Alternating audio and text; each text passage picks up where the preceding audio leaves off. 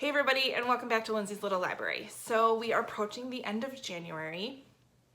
Usually this is where I say, oh my gosh, it went so fast, but January took forever. Just like the longest month. Maybe it's because I live in Wisconsin. I don't know, but it took forever. But somehow I managed to squeeze in 6, almost 7. I'm gonna count it as 7 because I am so close to being done with that book. Somehow read that many books this month, which is phenomenal. When I kind of was thinking about doing a wrap up, I'm like, I don't know, I don't think I read that much. And then I saw it, I'm like, whoa, it's a lot of books. So let's talk about them. The first one I finished in the month of January was The Winter People by Jennifer McMahon. She is so quickly becoming one of my favorite authors. I am loving her.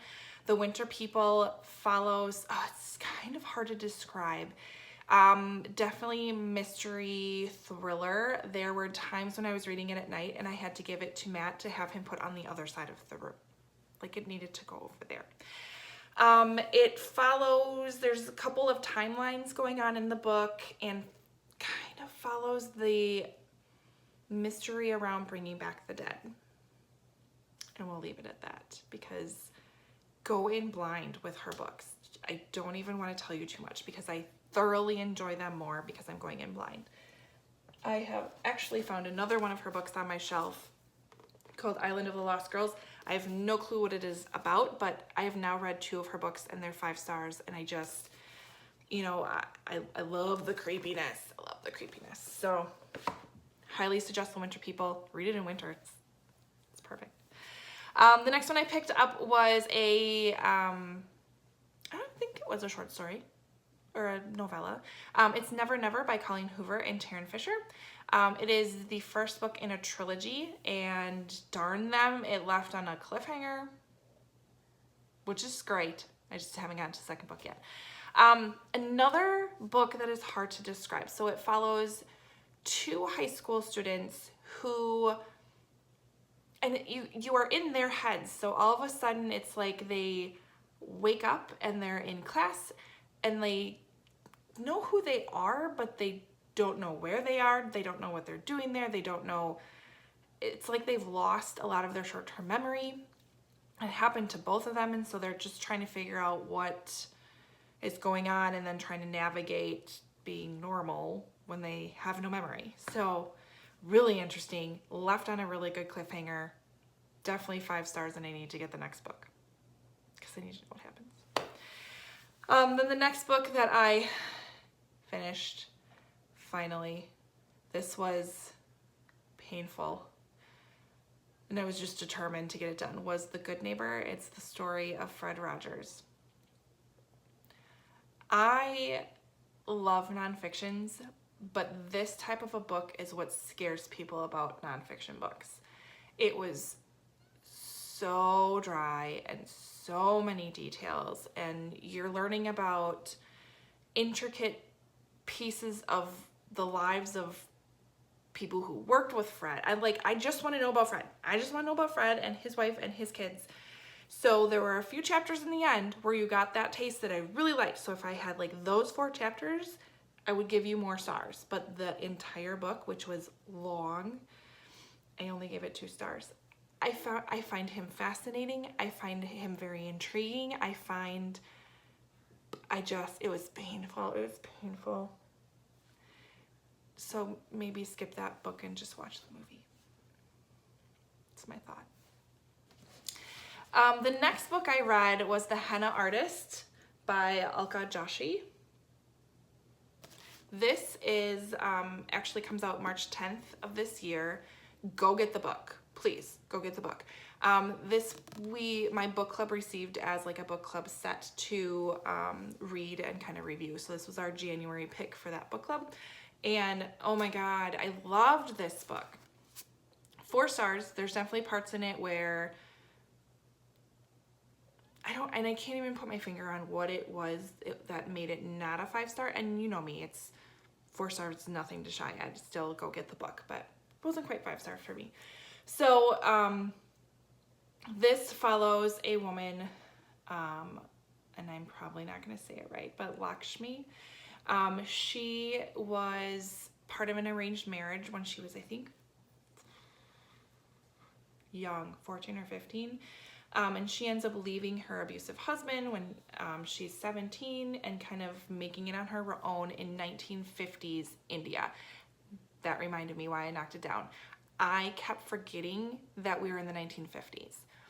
I kept picturing this in like present day circumstance. And so I think that's where I kind of lost the connection with the historical part of it. It's still a fantastic book. So she ends up kind of making her own life as the henna artist in this town to all of these kind of wealthy and influential women. And then one day her sister shows up with her estranged husband. This is a sister she had no idea she had, and she takes her in and it goes from there. It is a wild ride. There's so many lessons in here about just knowing who you are and being true to yourself. I loved it. And perseverance and survival. It's fantastic. So again, comes out March 10th, The Henna Artist. Get yourself a copy because it was fabulous. The next book I picked up was a novella. It is Uncharted by Tracy Garvis Graves. This is kind of goes along with her book On the Island. So I can't tell you a lot about it because it would spoil the other book. But On the Island follows our two characters. There's a teacher, and I'm forgetting names, I'm so sorry. A teacher and her 17-year-old tutoring student are in a plane crash and have to survive on an island by themselves for a period of time. So very good book on the island. If you've read that, definitely pick up Uncharted. It's worth it. It was fantastic. And I loved being kind of back with those characters again. 5 stars for sure. And then the last book that I picked up and read was The Great Pretender by Susanna Cahalan. I think so. I buddy read this with Vicky over at chapter 32, which is a fantastic buddy read book. This is a slow burn book. Don't think you're getting through this really fast. Like we read maybe a couple chapters a day and that was enough, but it is a fantastic book. So this, Susanna also wrote Brain on Fire about when she was almost committed to a mental institution. They were thinking she, I think, had schizophrenia, but it ended up being more of a medical, there was it an autoimmune disease, something like that. So she then, because of that happening to her, has a very big curiosity into how the medical community treats mental illness. So she found this report. It's a 1973 article written by a doctor who convinced 8 healthy people to commit themselves to mental hospitals. They had to prove their sanity to be set free, and this undercover mission would change our understanding of madness forever. And this is a great book. It's fantastic. It opened my eyes to a whole lot of things, an appreciation for how far we've come, yet how far we still need to go. I did give it 3 stars. There were parts in here where it's like you would read a little bit in a chapter where you're like, oh my God, I can't, too much detail and too much into the weeds of the medical community, but it still kind of needed it. I couldn't quite, I'd maybe say 3.5, 3.75. But then there's other parts where I just couldn't stop turning the pages. So pick up this book. It's a great story. She did her research. She talked to the right people. She did a phenomenal job writing this book, but I loved it. And then we have, what am I currently reading? So I'm going to go with the book that I'm so close to being done with. I'm finishing this book today. It's happening. They're There by Tommy Orange. This is a fictional book that follows a number of characters, a number of Native Americans who are making their way to Oakland to attend this really big powwow. Very, very interesting. What's even more fascinating is at the same time I'm reading Killers of the Flower Moon. This follows the Osage Indian murders and the birth of the FBI. This is by David Grann. So I'm getting a history lesson on this specific tribe, and then I'm getting kind of a present day, even though it's fictional, representation. It's like this book references what's happened in this book, and then I get an understanding of why people are feeling the way they are in this book. It's just cool to be reading these together. So I'm finishing There today. It's gonna happen. And then this one I don't have much left in either. And this is one of those books that like, just the weight of it just feels so good. I know I'm such a dork. The last thing I want to show you that I'm so pumped about is, I know, I got the Bookworm Life Planner. I'll leave the link to the shop below. It's called Peanut Butter and Taco. It's a super cute name. But I am so pumped about this book, about this planner, and so I can keep track of what I'm reading, what my goals are, when I'm reading it all. Oh my gosh, I'm just so excited. So I haven't had a chance. I literally just got this in the mail yesterday. I even have little book club stickers. It's fantastic. So I do want to set it up and start writing in it. Let me know below if you want me to videotape me doing that or show you what I've done afterwards. I don't know if you guys are interested in that at all, but I'm in love. I'm in love. So I'll leave a link to that Etsy shop below as well.